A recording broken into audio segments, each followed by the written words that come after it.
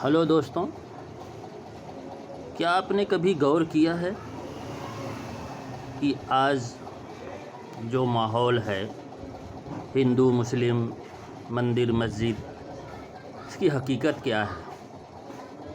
दोस्तों, कुछ साल पहले तक इस हिंदुस्तान में ना कोई हिंदू था ना कोई मुस्लिम था।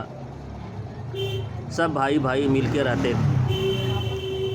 हिंदू दीपावली में, होली में मुसलमानों को बुलाते थे और मुसलमान ईद में हिंदू लोगों को बुलाते थे। भाईचारा पूर्ण कायम था। एक दूसरे का भरपूर सहयोग करते थे। एक दूसरे के साथ हमेशा सुख दुख में खड़े रहते थे। लेकिन कुछ सालों से देखा गया है, कुछ ये शरारती तत्व जो पैदा हुए हैं वो हर जगह हर चीज़ में हिंदू मुसलमान ढूंढ लेते हैं और एक दूसरे को लड़ाने के चक्कर में रहते हैं। कभी मंदिर के नाम पर, कभी मस्जिद के नाम पर हिंदू मुस्लिम लगे रहते हैं। ये बोलते हैं कि यहाँ पर मुसलमान ज़बरदस्ती बनाए गए और उन्होंने हमारी चीज़ों पर ज़बरदस्ती कब्ज़ा किया। दोस्तों, इतिहास उठा के देखा जाए तो समझ में आता है कि जब वो मुग़ल बादशाह आए थे हिंदुस्तान में तो उन्होंने हिंदुस्तान को लूटा नहीं, हिंदुस्तान को हिंदुस्तान बनाया और हिंदुस्तान के अंदर वो चीज़ें बनाई जो आज दुनिया में अजूबों के नाम से मशहूर है।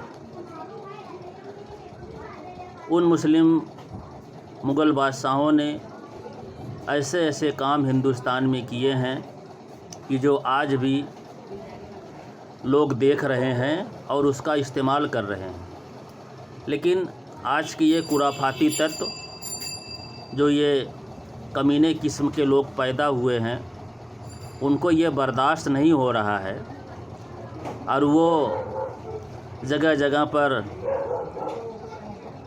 इस चीज़ को लेकर झगड़े करने और कराने के मूड में हैं। जगह जगह पर नाम बदली करवा रहे हैं। दोस्तों, नाम बदली कराने से काम बदली होता है क्या? जिसका काम है नाम भी उसी का रहेगा। अब ज़रा गौर करो दोस्तों, वो जो मुसलमान बादशाह को लोग बोलते हैं कि ये बहुत जुल्म किए हिंदुस्तान में, अगर वो लोग जुल्म किए दोस्तों तो उनकी हुकूमत 500-700 साल कैसे थी? अगर जबरन धर्म परिवर्तन कराया गया हिंदुस्तान में लोगों का, तो ज़रा सोचो, आज भी भारत की आबादी में 125 करोड़ में से 100 करोड़ हिंदू हैं, सिर्फ 25 करोड़ मुसलमान हैं। अगर जबरन धर्म परिवर्तन कराया गया होता दोस्तों तो ये आंकड़े कुछ और होते। 100 करोड़ हिंदू नहीं होते, ये आंकड़े उल्टे हो सकते थे। लेकिन उन्होंने ऐसा नहीं किया। उन्होंने सबको लेकर, सबका साथ और सबके साथ मिलकर उन्होंने काम किया। अब ये लोग बोलते हैं कि उन बादशाहों ने यहाँ की मंदिरें तोड़ दी। दोस्तों, जब मुग़ल बादशाह का साम्राज्य ख़त्म हुआ तो मंदिर के मुकाबले में सिर्फ 5% ही मस्जिदें थी। जिस तरह मुग़ल बादशाहों का इतिहास बताया जा रहा है, उस हिसाब से मस्जिद के मुकाबले 1% मंदिर होने चाहिए थे। लेकिन इतिहास गवाह है, किसी भी बादशाह ने मंदिर मस्जिद की सियासत नहीं की और हर बादशाह अपने दौर में जिस चीज़ की ज़रूरत थी, मंदिर की ज़रूरत थी तो मंदिर का निर्माण, मस्जिद की ज़रूरत थी तो मस्जिद का निर्माण किया। अगर मुस्लिम बादशाह जुल्म करते तो लोगों के दिलों पर राज नहीं करते और इतने सालों तक वो हिंदुस्तान में हुकूमत नहीं कर पाते। लेकिन इस कुछ लोगों की वजह से, जो अंग्रेज़ों के दल्ले थे, इन लोगों की वजह से उनकी बादशाहत ख़त्म हुई, अंग्रेज़ों की हुकूमत आई और अंग्रेज़ों ने अपने शासनकाल में इंडिया के ख़जाने को लूटा और यहाँ से सब उठाकर अपने देश ले गए। मुग़लों के दौर में हिंदुस्तान सोने की चिड़िया थी, लेकिन ये अंग्रेज़ों के दौर में ये भिखारी हो गई।